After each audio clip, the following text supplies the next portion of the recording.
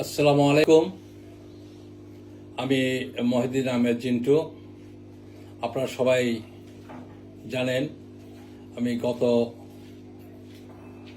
5 তারিখে ঢাকা এয়ারপোর্টে এসে নেমেছি। আমি নেমে আপনাদের যে ভালোবাসা পেয়েছি, আমি আমার সারা জীবন আপনাদের কাছে আমি কৃতজ্ঞ হয়ে থাকছি। আপনারা আমাকে ঢাকা এয়ারপোর্টে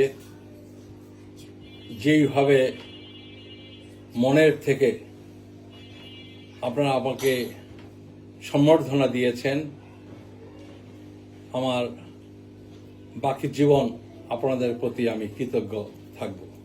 ঠিক তেমনিভাবেই ঢাকা এয়ারপোর্ট থেকে যখন আমি চলে আসি আমার এলাকা গ্যান্ডারিয়াতে, সেখান থেকেও অনেক লোক ঘন্টার পর ঘন্টা অপেক্ষা করেছেন। এয়ারপোর্ট থেকে আসার অপেক্ষায় আপনারা থেকেছেন। সেখান থেকে আপনারা আমাকে আমার বাসাতে নিয়ে গিয়েছেন এবং বাসায় আমার ঘরে আমাকে দিয়ে এসেছিলেন। আমি আপনাদের প্রতি অনেক অনেক কৃতজ্ঞ।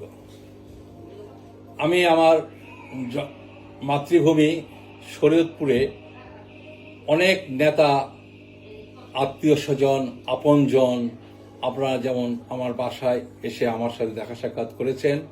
ঢাকার বিভিন্ন স্থান থেকে আমার ভাই, বন্ধু, আত্মীয় স্বজন সবাই এসে আমার সাথে সাক্ষাৎ করেছেন, আমার সাথে কুশল বিনিময় করেছেন। আমি আপনাদের দেখে প্রায় 22 বছর আমি পরে আমি আপনাদের আত্মীয় স্বজনদের সম্মুখীন হতে পেরেছিলাম। অনেকের সাথে আমার অতীতেও দেখা হয়নি, কিন্তু আমি আমার গ্রামের শরীয়তপুরের থেকে বিচ্ছিন্ন প্রায় 40 বছর। তাই আমি আপনাদের সবাইকে বলেছি আমি আমার গ্রামের বাড়িতে যাব এবং আমি আমার এলাকার সকল আত্মীয় স্বজন, আমার ভাই বন্ধু, আমার দলের বন্ধু ভাইদের সাথে আমি দেখা সাক্ষাৎ করব। যারই পরিপ্রেক্ষিতে আমি আগামী কাল সকালে আমি যাচ্ছি কার্তিকপুরের উদ্দেশ্যে এবং রাস্তাতে আমার 2-1টা জায়গায় অনেকের সাথে দেখা হবে। তারা আমাকে রিকোয়েস্ট করেছেন, বিশেষ করে যাওয়ার সময় আমার অত্যন্ত প্রিয় ভাইয়েরা আমাকে অনুরোধ করেছেন, যাদের সাথে আমি জাপানে ছিলাম, যারা আমাকে জাপান বিএনপিতে সহযোগিতা করেছেন এবং অনেক নেতাই তখন জাপানে ছিলেন, তারা এখন বর্তমানে বিক্রমপুরে রয়েছেন। মাওয়া ঘাটে তারা একটি সম্বর্ধনা আমাকে দিবেন।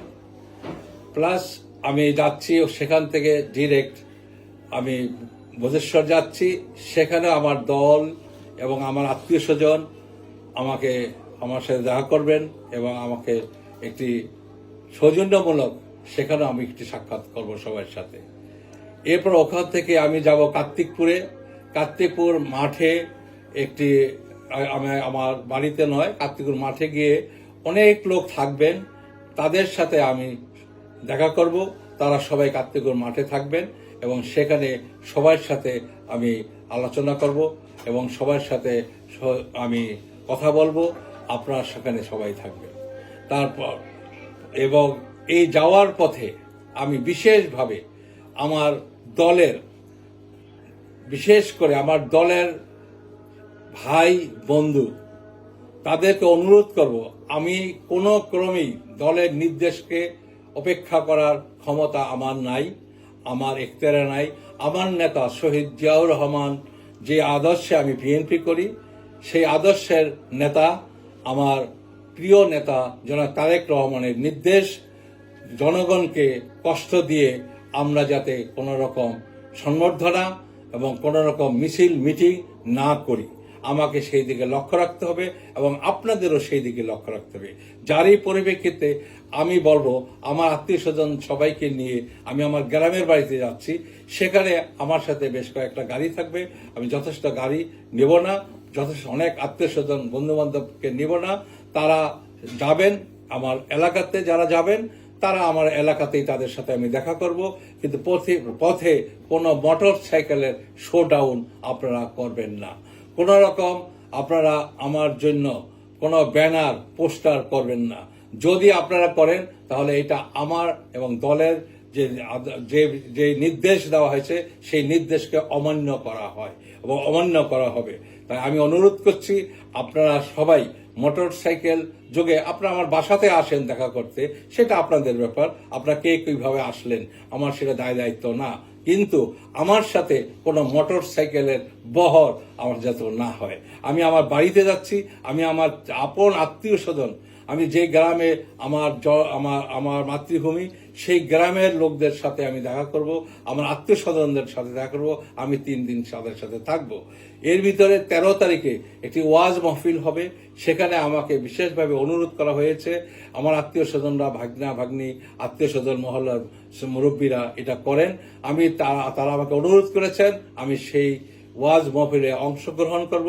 সেখানে আপনাদের সবার কাছে আমি দোয়া চাইব এবং আপনারা সবাই আমাকে দোয়া করবেন, যাতে আগামীতে আমি আমার নেতা শহীদ জিয়ার আদর্শকে আমি সাধারণ মানুষের মাঝে পৌঁছে দিতে পারি। আমার নেতা বেগম খালেদা জিয়ার আদর্শকে, আমার নেতা জনাব তারেক রহমানের আদর্শকে তাদের হাতকে যাতে আমি শক্তিশালী করতে পারি, সেই দিকে লক্ষ্য রেখে আপনাদের কাছে আমি সহযোগিতা কামনা করব, দোয়া কামনা করব। আপনারা সবাই আমাকে দোয়া করবেন এবং আমি ইনশাল্লাহ আগামীকাল আপনাদের মাঝে আসতেছি, আপনাদের দেখব, আপনাদের সাথে বসবো, আপনাদের সাথে খাওয়া দাওয়া করবো, আপনাদের সাথে আলাপ আলোচনা করবো। এই আশা নিয়ে আমি আপনাদের মাঝে আসছি। আল্লাহ আপনাদের সবাইকে ভালো রাখুক, সুস্থ রাখুক। আপনারা সবাই ভালো থাকেন, সুস্থ থাকেন। আল্লাহ হাফেজ।